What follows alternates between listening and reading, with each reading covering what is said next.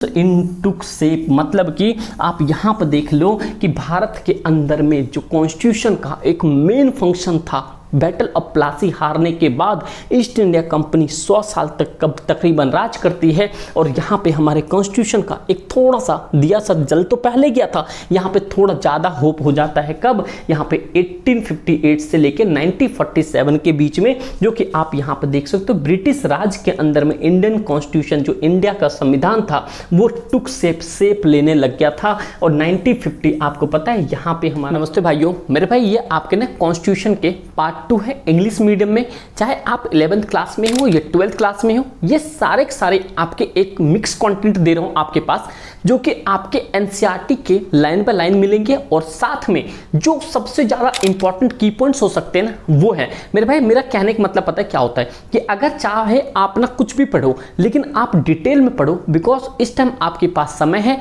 क्योंकि आगे जाके आपका यूजफुल हो सके। तो मेरे भाई वही मैंने एक आपके लिए ये सारी चीजें की हैं कि आपको एनसीईआरटी के कंटेंट के साथ साथ में जो एडिशनल चीजें होती हैं, जो जिस चीज के लिए मैं जाना चाहता हूं भाई ऑफलाइन में आप किसी से आगे पता कर सकते हो, वो सारी चीजें मैंने आपको इसके अंदर में ऐड ऑन करके दिया है।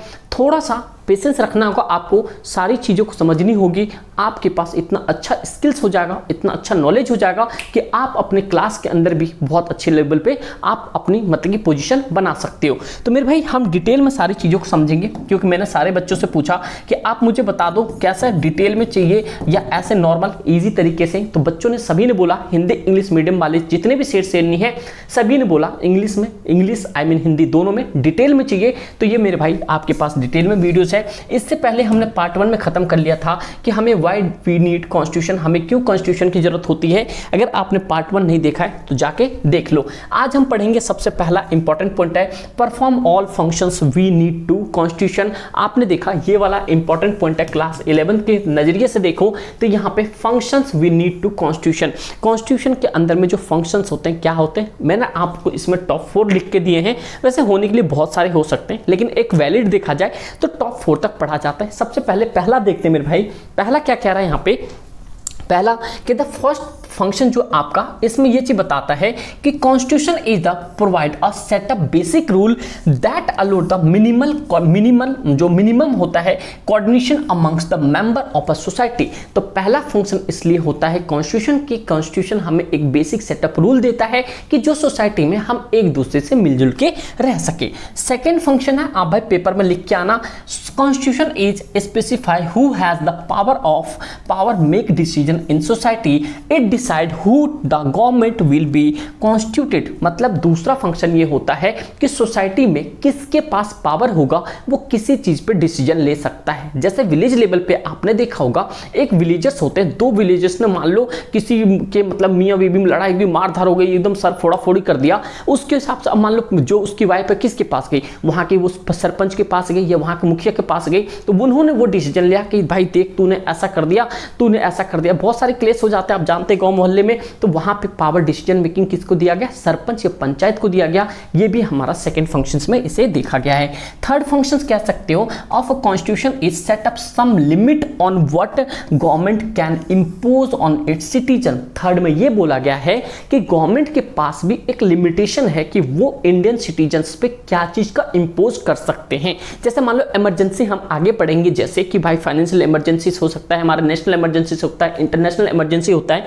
तो यहाँ पे सरकार के पास भी लिमिटेड एक कहते हैं ना लिमिटेड डिसीजन मेकिंग है कि वो जनता पे क्या चीज थोप सकते क्या चीज नहीं थोप सकते हैं। जैसे कोविड-19 में आपने देखा कि लॉकडाउन की नीड थी तो लॉकडाउन लगा दिया गया, जब उसे लगा कि नहीं अब नीड नहीं है तो उसे हटा दिया गया। ये बात समझ गए। तो ये भी चीज भाई कॉन्स्टिट्यूशन बनाने वाले ने बहुत अच्छी सी चीजें सोच के दी थी। और limit fundamentals in the sense government make ever transparence them, मतलब कि उनकी जो फंडामेंटल ड्यूटीज है राइट्स है वो ट्रांसपेरेंट होनी चाहिए।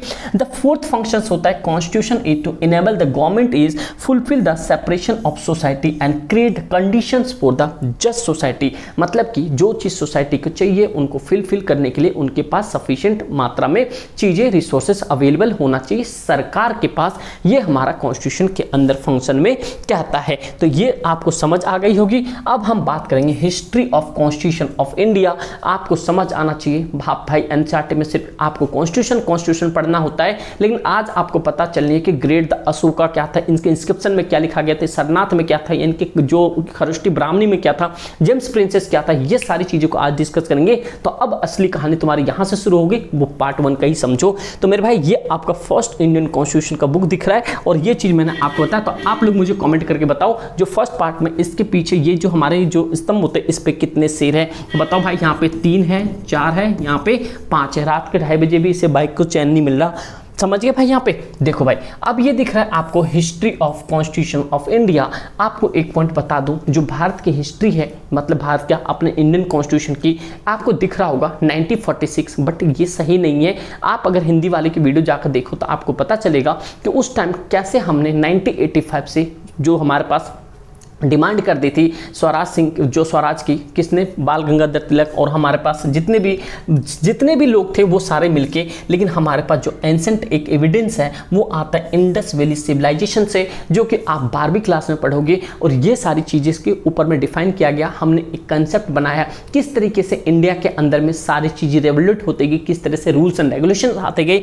ये सारी चीज़ें आप एंसेंट के बारे में पढ़ोगे, लेकिन आपको इसमें ज़्यादा इंपॉर्टेंट नहीं है, क्योंकि ये सारी चीज़ें आपके लिए ज़्यादा इंपॉर्टेंट नहीं है। उतने ही इंपॉर्टेंट है जो मैं आपको सारी चीजें यहाँ पे बता रहा हूँ, जिसमें कि आप देख सकते हो इंडियन कॉन्स्टिट्यूशन की हिस्ट्री कैसे लिया गया है। सबसे पहले आप यहाँ पे देखो, आपको पता है एक लाइन पे इधर एडी होता है 0 से, इधर बीसी होता है, मतलब 1000 ईयर आगे। यहाँ पे देखो 324 बीसी से लेके 185 बीसी तक, इस टाइम में जो इंडियन कॉन्स्टिट्यूशन अगर बात करते हो यहाँ पे कॉन्स्टिट्यूशन की, तो कॉन्स्टिट्यूशन के अंदर में कहाँ से देखो, कोई भी चीज कहीं से सीखता है। जैसे मान लो हम किसी को मम्मी बोलते हैं, हम अपनी माता को मम्मी बोलते हैं, तो मम्मी वर्ड भी हमने कहीं ना कहीं से सुना होगा, हमने वो जो उन्होंने पहले बार बोला उन्होंने भी सुना होगा। उसी तरह से सीधा सीधा कहीं ना कहीं से चीजें निकल के आती हैं। उसी तरीके से जो इंडियन कॉन्स्टिट्यूशन में एक हिस्ट्री पे जो चीजों को बताएगी कि हमारा इंडियन कॉन्स्टिट्यूशन, ये जो हमारा प्यारा भारत है, ये कैसा होना चाहिए, ये सारी चीजें हमने पास्ट से, हिस्ट्री से सारी चीजें सीखी है। जो कि आप यहाँ पे देख रहे हो एम्परर ऑफ अशोक मौर्य, अशोक मौर्य के बारे में, जो कि उन्होंने सबसे पहले इस्टेब्लिश द कॉन्स्टिट्यूशनल प्रिंसिपल, मतलब कि हो गया इन्होंने, जो अशोक थे, अशोक ने अपने दरबार के अंदर में एक ना प्रिंसिपल्स क्रिएट कर दिया था, कॉन्स्टिट्यूशनल मतलब कि जो प्रिंसिपल बना दिया था कि भाई हमारे वहां पे क्या रूल्स एंड रेगुलेशंस होगा। वही वो बड़े बड़े राजा महाराजा थे, जो बड़े किंगशिप थे, उनसे सारी चीजों को सीखा गया। क्योंकि जो हिस्ट्री नए, जैसे अम्बेडकर साहब है,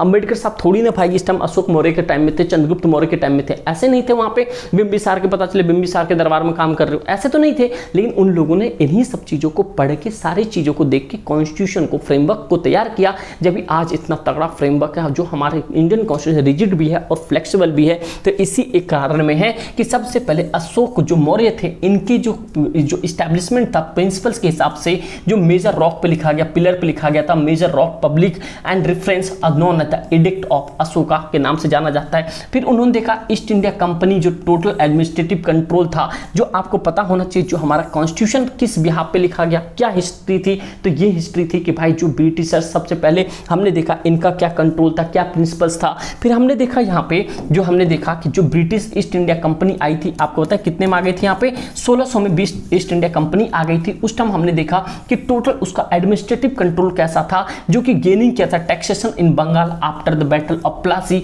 तो आपको ये सारी चीजें समझ आना चाहिए कि भाई हमें इंडियन कॉन्स्टिट्यूशन किस तरीके से बनना चाहिए, कैसे बनाना है, कितना मतलब फ्लेक्सिबल रखना है, कितना रिजिड रखना है, ये सारी चीजों को सोच के रखा गया था। अब सोचो अशोक, जो मौर्य अशोक थे, उससे हमने सारी चीजें ली। उसके दरबार में लोग कैसे काम करते थे, सबसे बड़ा जिसको हमने यहाँ पे काटा, हमने काटा किसको, जो ये था ईस्ट इंडिया कंपनी, मतलब ब्रिटिशर्स को। इनसे ही हमने सीखा, क्या था, इससे ही हमने सीखा कि जो इन लोगों ने इंडिया में आके अपना दबदबा बना लिया था, हमें कॉन्स्टिट्यूशन में और किस तरीके के ऐसा पावर किसके पास दे जो उसका दबदबा रहे। जैसे मान लो हमारे देश के अंदर में प्राइम मिनिस्टर है, वो 5 साल के लिए पूरी दबदबा से रह सकते हैं। ये सारी चीजें कहाँ से ली गई, इन्हीं लोगों से सीखा गया है।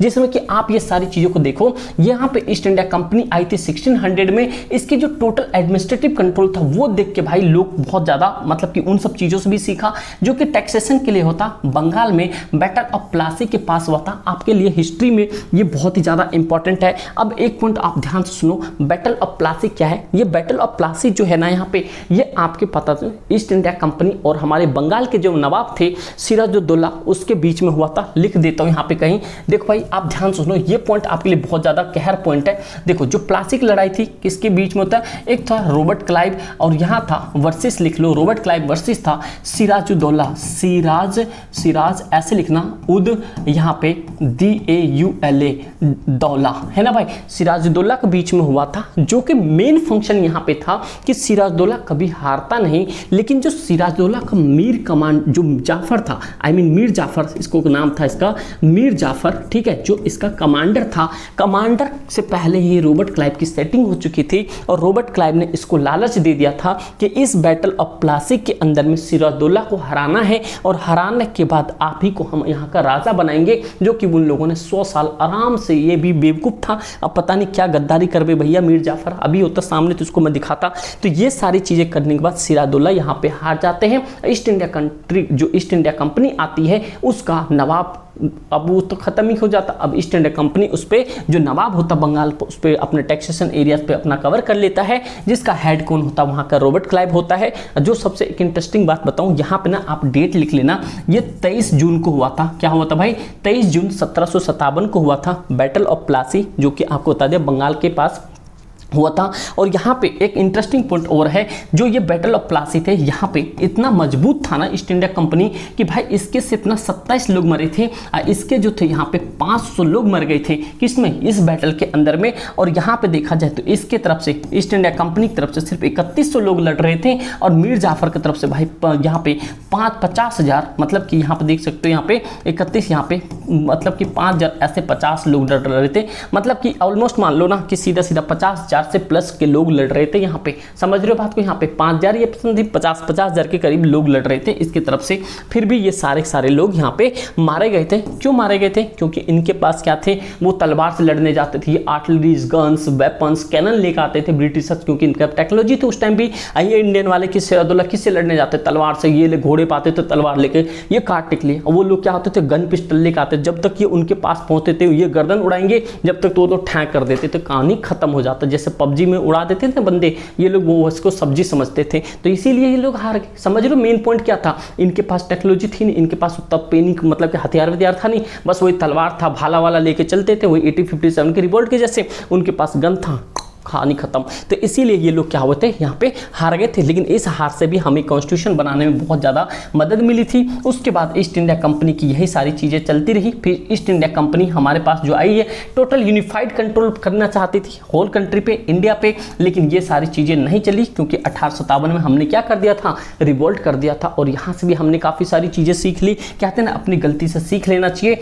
फिर उसके बाद में इंडियन कॉन्स्टिट्यूशन के जो मेन फंक्शंस हैं, इंडिया की जो शेप लेना शुरू हो गया था ब्रिटिश राज के अंदर में, कॉन्स्टिट्यूशंस इन टुक शेप, मतलब कि आप यहां पर देख लो कि भारत के अंदर में जो कॉन्स्टिट्यूशन का एक मेन फंक्शन था, बैटल ऑफ प्लासी हारने के बाद ईस्ट इंडिया कंपनी 100 साल तक कब तकरीबन राज करती है। और यहाँ पे हमारे कॉन्स्टिट्यूशन का एक थोड़ा सा दिया सा जल तो पहले गया था, यहाँ पे थोड़ा ज़्यादा होप हो जाता है। कब, यहाँ पे 1858 से लेके 1947 के बीच में, जो कि आप यहाँ पे देख सकते हो ब्रिटिश राज के अंदर में इंडियन कॉन्स्टिट्यूशन जो इंडिया का संविधान था वो टुक शेप लेने लग गया था। और 1950 आपको पता है यहाँ पे हमारा संविधान 1950 में लागू हो चुका है। यहाँ पे हमने कॉन्स्टिट्यूशन ऑफ इंडिया को फाइनली कर लिया तैयार, जो कि 26 नवंबर 1949 को बना था और 26 जनवरी 1950 को हमने लागू कर दिया। 26 जनवरी इसलिए क्योंकि स्वराज की मांग 1930 में पंडित जवाहरलाल नेहरू ने पहले कर दी थी, क्योंकि लोगों को बता दिया था कि भाई 26 जनवरी को ही हम आज़ाद होंगे,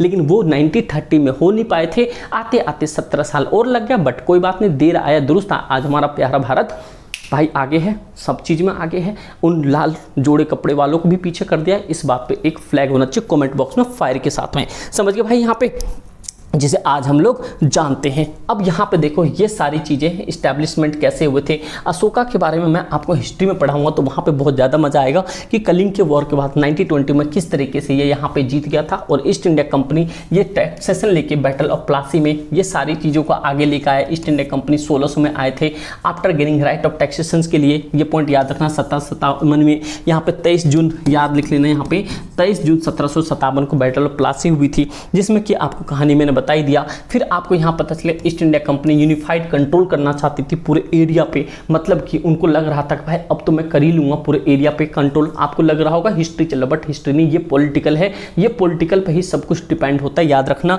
तो यहाँ से सारी चीज़ें पता चल गया था, क्योंकि वहाँ पे पता चल गया था 1857 में रिवोल्ट हो गई थी, हम लोगों ने यहाँ पे विद्रोह कर दिया था 10 मई 1857 को, जो कि आपको पता मंगल पांडे, और वहाँ से सारी चीज़ें चल रहा था, जो मैंने आपको बता दिया कि जो हमारे देश के अंदर में, जो भारत में उस टाइम मुगल का एक ही मतलब कि राज बचा था, मतलब कि सेकंड बचा था, मीर जाफर, वो बचा था बहादुर शाह जफर। कौन था? बहादुर शाह जफर, जिसे रंगून में जाके डेथ पे टांग दिया था। ये देख लो, ये ब्रिटिश लाल कपड़े वाले को हमारे वहाँ ढोल वाले पहनते हैं, अगर बेटे तुम आ गए ना तो बहुत गंदे मारे जाओगे, समझ रहे बात को। ये देख लो, ये चचा को क्या ही करेगा, ये घोड़े से दौड़ते थे, हम लोग किससे दौड़ते थे, वो तलवार लेके, इसलिए हार गए। सबसे बड़ा दिक्कत ये है, लेकिन आज हमारे पास टेक्नोलॉजी है, चाहे तो हम किसी को भी खा सकते हैं, बस कुछ लोगों को छोड़ के, ठीक है भाई। अभी आपको मैं बताऊंगा जब जियो पॉलिटिक्स आएगा वहाँ पे, तो ये सारी पॉइंट्स है, और यहाँ पे फाइनली ब्रिटिश राज क्या होता है, एंड अप हो जाता है, क्योंकि उसको पता है इंडियन कॉन्स्टिट्यूशन का शेप लेना शुरू हो जाता है। तो आप लोग को ये पॉइंट पता होना चाहिए।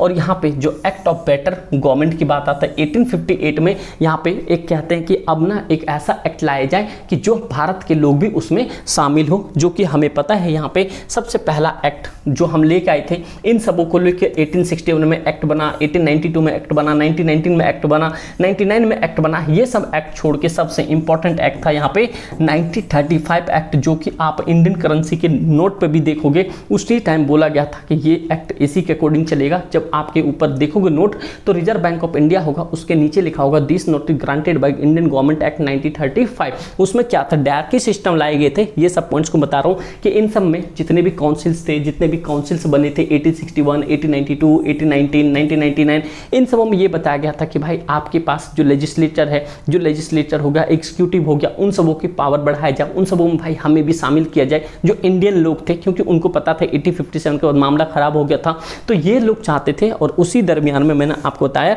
कि सबसे इंपॉर्टेंट निकल के आता है 1935 एक्ट। और ये देख लो 1990 में इंट्रोड्यूस द डायरेक्टरी सिस्टम कर दिया था। डायरेक्टरी सिस्टम का मतलब क्या, डायरेक्टरी सिस्टम कहते हैं, इसका मतलब ये हो गया कि एक गवर्नमेंट में आप ब्रिटिश गवर्नमेंट के अंदर में इंडियन लोग भी काम करेंगे, अपनी डिमांड को आगे रख पाएंगे। तो ये इसका मतलब था, जो कि 1919 में आ गया था, जब हमारे देश के अंदर रोलक एक्ट आ गया था उस टाइम में। फिर हमारे पास जो सबसे इंपॉर्टेंट आता है गवर्नमेंट ऑफ इंडिया एक्ट 1935। इस टाइम में this introduce the provisional autonomy कर दिया था यहाँ पे, responsible government at the provinces with the elected Indian in the charge of administration. मतलब कि उन्होंने ये बता दिया था कि अब जो मेन फंक्शंस जो ब्रिटिशर्स के अंदर में काम करेगा, चाहे वो कॉन्स्टिट्यूशन से रिलेटेड हो, किसी से रिलेटेड हो, इंडियन को हक है कि वो डिसीजन ले सकता है। इसीलिए इंडियन एक्ट 1935 सबसे इंपॉर्टेंट माना जाता है।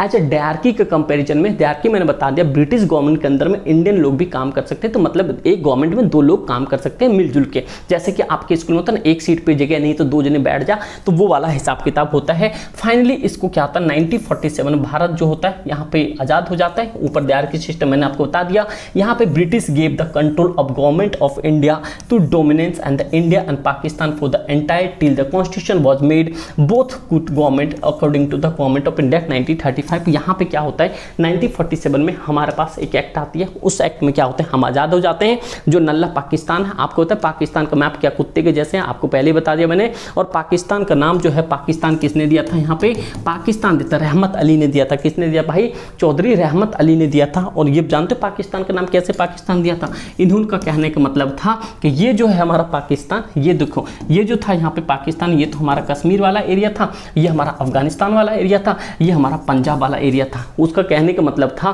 कि ये सारा एरिया मुझे दे दे। तो उस हिसाब से पाकिस्तान, रहमत अली शुक्रमना अभी जिंदा नहीं है, वरना दिक्कत हो जाती। समझ रहे हो बात को यहाँ पे। तो ये सारी चीज प्रोविंसेस था यहाँ पे, जो हमारे पास सिंध वाला एरिया था, उस एरिया को ही सोचते थे कि सब एरिया हमें दे दे। समझ रहे हो बात को। आज यही अफगानिस्तान वाले हैं जहाँ पे तालिबान है। आपको पता होना चाहिए तालिबान इसका साथ न दे के हमारा साथ दे रहा है, क्योंकि अफगानिस्तान में हमारा एक सहतूत डैम है, जिस डैम की आज भी तालिबान रक्षा कर रहे हैं। जब तालिबानी ने हमला किया था, इसने जो आपस में इनकी लड़ाइयाँ हुई थी, जब तालिबान बगदादियों आपस में जो इनकी लड़ाई हुई थी अफगानिस्तान में, तालिबानियों ने हमेशा इंडियन एम्बेसी और इंडियन लोगों को सुरक्षित रखा था। और ये भी बता दिया था कि मालिक कोई दिक्कत वाली बात नहीं, हम हम आपके लोगों को कुछ भी नहीं करेंगे, बिल्कुल खरोच तक नहीं आएंगे। और आज जाके इनके वहाँ पे अफगानिस्तान के अंदर में इंडियन एम्बेसी आज खुला हुआ है और सारी एम्बेसीज बंद है, और उन एम्बेसीज को कौन हिफाजत करा है? ये हमारे तालिबान वाले कर रहे हैं। समझ रहे हो बात को? ये होता है पावर ऑफ, समझ रहे हो, इंडिया। तो ये हमारे भारत का पावर है जो कि तालिबान खुद वहाँ के हमारे एम्बेसी को प्रोटेक्ट कर रहा है, समझ रहे हो, यूएसए के एम्बेसी को नहीं कर रहा है। तो यही एक रीज़न है। तो यही से एक रीज़न है कि रहमत अली ने पाकिस्तान का नाम लिया था, और इसका मैप जानते हो कैसे, कुत्ते का शेप में है। ठीक है भाई, समझ गए बात को? तो ये पॉइंट आपको याद रहना चाहिए। अब आगे देखते हैं मेरे शेर न्यू क्या है। ये आप देखते हो पार्टीशन की बात कह रहा था, और पार्टीशन आपको होता है इंडिया और पाकिस्तान का पार्टीशन क्या होता है, रेड क्लिफ ने किया था। सर जॉन रेड क्लिफ आया था, उसने करा था भाई सबसे गंदा काम कर दिया था, क्योंकि उनका मकसद ही था इंडिया पाकिस्तान को डिवाइड कर देना। क्योंकि अभी मैं आपको बताऊंगा कॉन्स्टिट्यूंट असेंबली में किस तरीके से इन लोगों ने गेम बदला था। ये हिस्ट्री पढ़ रहे हो तो इसीलिए हिस्ट्री, कॉन्स्टिट्यूशन का हिस्ट्री कहां से आया, क्या हुआ, कैसे कैसे एक्ट बने, ये सारी चीजें आपको पता होना चाहिए। अगर पढ़ रहे तो बढ़िया से पढ़ो यार, समझ रहे बात को? अच्छा लग रहा हो तो एक लाइक जरूर कर देना। फिर लास्ट में हमारे पास आ जाता है यहाँ पे कॉन्स्टिट्यूशन ऑफ इंडिया 1950। यहाँ पे हम सारी चीजों को अपने अंडर में कर लेते हैं। 26 जनवरी और 26 नवंबर 1949 को हमारा कॉन्स्टिट्यूशन बनता है, और इफेक्ट में कब आ जाता है, 26 जनवरी 1950 को। और ये जो डेट होता है हमारे पास, ये 26 इसलिए हम रखते हैं क्योंकि 1930 में हमने डिक्लेरेशन ऑफ इंडिपेंडेंट कह दिया था स्वराज का, तो ये भी पता होना चाहिए। और स्वराज, जो स्वराज पार्टी थी, इसकी स्थापना किसने की थी? यहाँ पे चित्तरंजन दास और हमारे मोतीलाल नेहरू ने किया था, ये भी पॉइंट पता होना चाहिए। अब मोतीलाल नेहरू जो थे यहाँ पे जवाहरलाल नेहरू के फादर साहब थे। इन लोगों ने कब किया था? ये 1 जनवरी 1923 को इन लोगों ने कर दिया था, और 1922 में इन लोगों ने इसकी मांग की थी। तो ये भी पॉइंट आपको पता होना चाहिए। स्वराज मेरा जन्मसिद्ध अधिकार है, किसने बोला था आप लोग को पता होना चाहिए? बाल गंगाधर तिलक ने इस चीज को सबसे पहले बोला था। ठीक है भाई, ये पॉइंट समझ गए यहाँ पे। तो ये सारे पॉइंट होने के बाद इंडिया के अंदर में इंडियन एक्ट 1935 कंट्री क्या होता है, फंडामेंटल डॉक्यूमेंट्री बन जाता है, इंडिया के पास अपना चलता रहता है। फिर धीरे धीरे हर एक चीज को रेजोल्व करके इंडिया जो है फाइनली अपना एक एक्ट लेके आ जाता है कि जो कि हम कंप्लीटली आजाद हो गए। उसके बाद हमारा कॉन्स्टिट्यूशन के अंदर में जो भी हम चाहे अपना चेंजेस कर सकते हैं। उस एक्ट 1935 को आज भी तजुब दिया जाता है, लेकिन यहाँ पे 1950 के अकॉर्डिंग हम यहाँ पे काम करते हैं। समझ रहे हो बात को? 19,050, क्योंकि यहाँ पे 1000 साल आगे जाता है। तो ये भी पॉइंट आपको पता होना चाहिए। तो ये हमारा इंडियन कॉन्स्टिट्यूशन का हिस्ट्री था। अब हम देखेंगे आगे हमारा काम क्या होता है। अब हम देखेंगे इंडियन हिस्ट्री कॉन्स्टिट्यूशन का एक थोड़ा सा पार्ट और भी है। ये थोड़ा सा पार्ट आप समझो कि ये कह रहा है the light of this objective assembly completed A task by the नवंबर 14 और मतलब 49 हो गया था 26 को इन्फोर्स किया गया था 26 नवंबर को, जो कि आप देख सकते हो become the Republic of India. Republic मैंने क्या बताया, जिस भी कंट्री के साथ में रिपब्लिक लगा हो उस कंट्री पे ब्रिटिश ने कभी न कभी राज किया है, चाहे एक दिन के लिए क्या हो, एक घंटे के लिए क्या हो, 100 साल के लिए क्या हो, उसी देश के पीछे रिपब्लिक लगता है। और कॉमनवेल्थ गेम भी उसी देश में होता है जिस देश में ब्रिटिशर ने राज किया था, जो कि 2010 का दिल्ली में कॉमनवेल्थ हुआ था, जो कि खेलगांव यहाँ पे है, यहाँ पे अक्षरधाम के साइड में। ठीक है मेरे भाई। तो ये हमारे क्या थे, ये हमारे राजेंद्र प्रसाद जी थे, जो कि यहाँ के हमारे देश के पहले क्या बने थे, राष्ट्रपति बने थे। और इनका जन्म बिहार में हुआ था, और इसकी जो मृत्यु हुई है, उनकी समाधि है वो सासाराम में है। तो ये भी पॉइंट याद रखना, ये एसएससी के एग्जाम में आ जाता है। ठीक है मेरे भाइयों। तो ये पॉइंट पता चल गया। The framing of Indian constitution of India की मतलब कि किस तरीके से फ्रेम हुआ वो हम अब आगे देखेंगे। ये आप लोग को पता ही होगा, सारी कहानी क्या होता है। ये कॉन्स्टिट्यूंट असेंबली क्या था, ये आप लोग को ध्यान से सुनना है। यहाँ पे India was elected to write the constitution of India. India को इलेक्ट किया गया, जिसमें कि इंडिपेंडेंस मतलब कि Indian independence from the Great Britain, मतलब कि हम इन जो रेड कपड़े वाले से, ये जो झोला छाप वाले थे, इन सबों से हम आज़ाद हो गए। उसके बाद में क्या हुआ कि हम अपना इंडिपेंडेंट हो गया, और हम अपना पार्लियामेंट भी मतलब कर सकते हैं, फर्स्ट नेशन इन पार्लियामेंट। मतलब कि हम यहाँ पे जो हमारा कॉन्स्टिट्यूंट असेंबली था, इसमें अंदर में हम लोग फर्स्ट नेशन ऑफ पार्लियामेंट बनाना शुरू कर दे। और इसी टाइम से एक्ट आर्टिकल सब आना शुरू हो गया, जो कि पार्लियामेंट वाली फंक्शंस मैंने आपको बताया था कि पार्लियामेंट के 2 हाउसेस होते हैं। एक तो आपके पास लोकसभा होता है, एक आपके पास राज्यसभा होता है। लोकसभा जो होता है 81 आर्टिकल में आता है, राज्यसभा जो होता है यहाँ 80 आर्टिकल में आता है। जो पार्लियामेंट है ये आपके 89 आर्टिकल्स में होता है। लोकसभा में इलेक्ट होने के लिए 25 साल चाहिए, इसमें इलेक्ट होने के लिए 30 साल चाहिए। लास्ट वाली वीडियो में 35 मैंने गलत बोल दिया था मेरे भाई, क्योंकि वो उसके प्रोविजंस होते हैं। और 6 साल इसकी रिटायरमेंट होती है। जो इसके जो मेंबर 2/3 मेंबर चेंज होते हैं कितने 6 साल बाद होते हैं, इसके यहाँ पे 5 साल बाद होते हैं। तो ये भी पॉइंट आपको पता होना चाहिए। यहाँ पे आपके पास 250-45 मतलब कि 545 के मेंबर रहते हैं, यहाँ पे 250 के बराबर रहते हैं। और जो राज्यसभा के अंदर में ये जो 250 मेंबर होता है ये 238 प्लस में 12 को चुना जाता है। ये जो 12 होते हैं हमारे प्रेसिडेंट इलेक्ट करते हैं, जिसे नॉमिनेट करता है प्रेसिडेंट, वो राज्यसभा के अंदर में, और राज्यसभा के अंदर में जो हेड होता है वो वहाँ भारत के उपराष्ट्रपति होते हैं। ये भी पॉइंट आपको पता होना चाहिए। और अभी जो राष्ट्रपति है हमारे भारत के अभी राष्ट्रपति कौन है आप लोग को पता होना चाहिए। जो मुर्मू जी है वो हमारे देश की राष्ट्रपति है, पहली वुमेन ट्राइबल्स है। और जो मुर्मू थी ये हमारे पहले इसके झारखंड के कौन थे, वो वहाँ की गवर्नर रह चुकी है। ये भी पॉइंट आपको पता होना चाहिए। तो ये सारी चीजें हैं भाई। लोकसभा के जो अध्यक्ष हैं अभी ओम बिरला साहब है, तो ये भी पॉइंट आपको पता होना चाहिए। जब ये सारी चीजें हो जाती है तो फॉर्म किया जाता है 1946 के अंदर में, जो कि रेजोल्यूशन पास किया जाता है 1947 में, कि जो हमारा इंडियन कॉन्स्टिट्यूशन ऑब्जेक्टिव था। कि ऑब्जेक्टिव क्या क्या था ये भी पॉइंट आपको पता होना चाहिए। कि भाई इंडियन कॉन्स्टिट्यूशन का जो ऑब्जेक्टिव पास किया गया था, क्यों किया गया था, कि एक सेट ऑफ यूनियन ऑफ, जो हमारा यूनियन ऑफ इंडिया हो। यूनियन जो है आपको इसे संघ कहते हैं, जो कि भारत के आर्टिकल मतलब इंडियन कॉन्स्टिट्यूशन आर्टिकल 1 में बोला गया, मतलब कि इंडिया क्या है, संघ है। संघ मतलब यूनियन है, सबको लेके साथ चलने वाला है। फिर set of the federal government बनानी चाहिए, जो सेपरेशन स्टेट और सेंट्रल गवर्नमेंट को अलग अलग कर देगा। फेडरल मतलब क्या होता है कि आप संघवाद दोनों जने मिलके काम करेंगे। अरे तो गांधी वाला चश्मा बन गया, ठीक है भाई। तो ये point set up the democracy, democracy को लेकर आएंगे, जो कि पावर यहाँ पे डिवाइड कर दिया जाए और हर एक लोगों के अंदर पावर हो, मतलब सभी जनता के पास पावर हो। क्योंकि डेमोक्रेसी का मतलब ही क्या होता है कि आप सभी के पास एक इक्वल राइट्स है, इक्वल फंडामेंटल ड्यूटीज है। ये सारी चीजें हैं जिसको हम डेमोक्रेसी बोलते हैं। और आपको एक पॉइंट और पता होना चाहिए, ये जो डेमोक्रेसी है, डेमो क्या एक ग्रीक वर्ड था, डेमोस नाम था, डेमोस, वहां से ये सारी चीजों को लिया गया है। तो जिसमें कि मैं अभी आपको एक क्लियर करके बताता हूं। देखो क्या डेमोक्रेसी भी आप ध्यान से ही सुन लो सारी चीजें। देखो यह जो डेमो है, डेमो का मतलब होता है पीपल। क्या होता है यहाँ पे पीपल। क्रेसी का मतलब क्या होता है, रूल, मतलब जहाँ पे जनता के द्वारा रूल किया जाता उसे डेमोक्रेसी कहते हैं। जिसे इंडिया अपना प्यारा भारत है, उस तरीके से ये सारी चीजों को बताया गया था। और उन्होंने कॉन्स्टिट्यूशन जो बन रहा है उसमें सबसे पहला important, protect the integrity of India and her sovereign rights over hand and sea air. मतलब कि देखो उन्होंने क्या बताया था कि अगर कोई बंदा अगर सी में हवा से लेके समंदर तक सबके लिए इंटीग्रिटी, सबके लिए गौरव सम्मान होगा, सबके लिए इक्वालिटी होगा। ये भारत के संविधान का सबसे तगड़ा पॉइंट था। उसके बाद बोला गया था जो help the Indian attain the rightful place in the world and the work peace and welfare for all mankind. और उन्होंने ये भी बता दिया था कि जितने भी लोग हैं पूरे वर्ल्ड के अंदर में, अपने इंडिया हमेशा देखो सबकी हेल्प करता नजर आया। इसीलिए इंडियन कॉन्स्टिट्यूशन बताया गया था कि एक राइटफुल प्लेस होना चाहिए जहां पे सबकी मदद कर सके एक दूसरे की। समझ रहे बात को, यही तो फर्क है दूसरों में और हमारों में, कि भाई हम दुनिया के सबके लिए मदद करते हैं। और मुझे भी आप लोग की एक मदद चाहिए कि इस वीडियो को इतना शेयर कर दो कि जो पढ़ने वाले उसके दिल दिमाग में कभी भूल ना पाए कि भाई कुछ पढ़ा था। और मेरे भाई आप लोग को सपोर्ट चाहिए और प्यार चाहिए, बस और कुछ नहीं, ठीक भाई। तो अगला कौन देखते हैं, हमारे पास जो मेन फंक्शन है आपके पास यहाँ पे ये इंपॉर्टेंट है। ये आपके डॉक्टर सच्चिदानंद सिन्हा है, जो कि आपके टेम्परेरी प्रेसिडेंट बने थे। लास्ट में जाके जो कॉन्स्टिट्यूंट असेंबली में जो मेन फर्स्ट मीटिंग हुई थी 1946 मतलब दिसंबर 9 1946 को, उस टाइम डॉक्टर राजेंद्र प्रसाद जो थे यहाँ पे प्रेसिडेंट बने थे कॉन्स्टिट्यूंट असेंबली के, और डॉक्टर BR अम्बेडकर साहब जो थे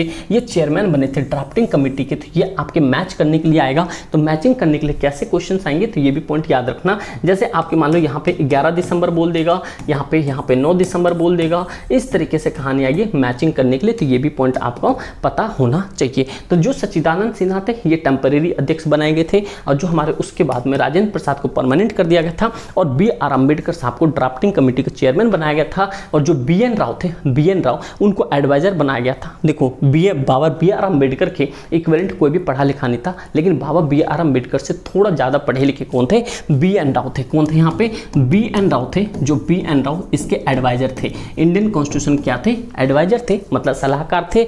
एक होता MN रॉय, महेंद्र नाथ रॉय, ये क्या थे, ये वहाँ के मतलब कि स्ट्रक्चरल थे, वो स्ट्रक्चर तैयार किया था। ठीक है भाई, तो ये पॉइंट आपको समझ आ जाना चाहिए। ये सारे के सारे पॉइंट्स हैं मेरे भाई। आगे और देखेंगे कि इंडियन कॉन्स्टिट्यूंट असेंबली के अंदर 385 मेंबर थे, जिसके अंदर में 292 मेंबर इलेक्ट किए गए थे member of provincial legislative assembly की, जो कि वहाँ पे, और 93 मेंबर ऐसे नॉमिनेट किए गए थे प्रिंसली स्टेट की। प्रिंसली स्टेट क्या है, जहाँ पे राजा महाराजों का अपना एक मतलब पार्टी था, अपना एक रूल चलता था, वो प्रिंसली स्टेट हुआ करते थे। तो ऐसे करके हमारे एक कॉन्स्टिट्यूशन में पूरी की पूरी 385 मेंबर आ गए थे, जिसमें कि दिल्ली से, अजमेर से, मेवाड़ से, कुर्ग से और ब्रिटिश और बल्जिस्तान से। तो ये भी पॉइंट आपको पता होना चाहिए, क्योंकि पहले भारत क्या था, अखंड भारत था। बर्मा से लेके, बर्मा मतलब आज प्रेजेंट है, उसे म्यांमार कहते हैं, बल्जिस्तान तक ये सारा था। लेकिन अखंड भारत बनेगा जब हम लोग पढ़ लिख लेंगे अच्छे तरीके से, पॉपुलेशन पर कंट्रोल होगा, सारी चीज़ें ईमानदारी में बदलेगी, फिर हम एक अच्छे लेवल पर आगे जा पाएंगे। तो उम्मीद करता हूँ आपको सारी चीज़ें समझ आई होगी।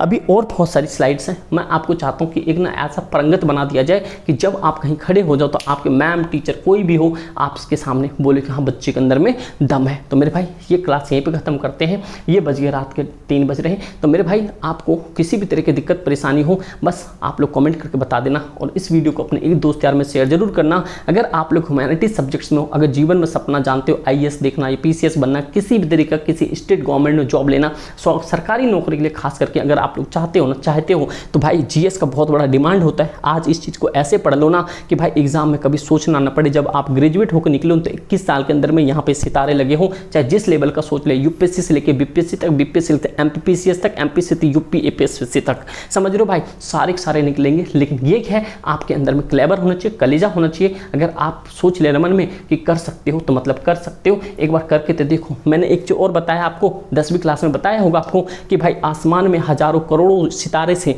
ज़्यादा बेहतर होते शोल्डर के 2 सितारे। जिस दिन ये लग गए ना, उस दिन आप अपने आप में चमक जाओगे। उम्मीद करता हूँ आपको सारी चीज़ें समझ आ रही होगी। कोई दिक्कत परेशानी आप कमेंट करना, इस वीडियो को अपने दोस्त यार में शेयर जरूर करना। बस यही कहना चाहता हूँ। पार्ट 3 आप लोग को डिटेल में चाहिए, शॉर्ट में चाहिए, ये आप लोग को कमेंट होना चाहिए। ठीक दोस्त, thank you so much and जय हिंद।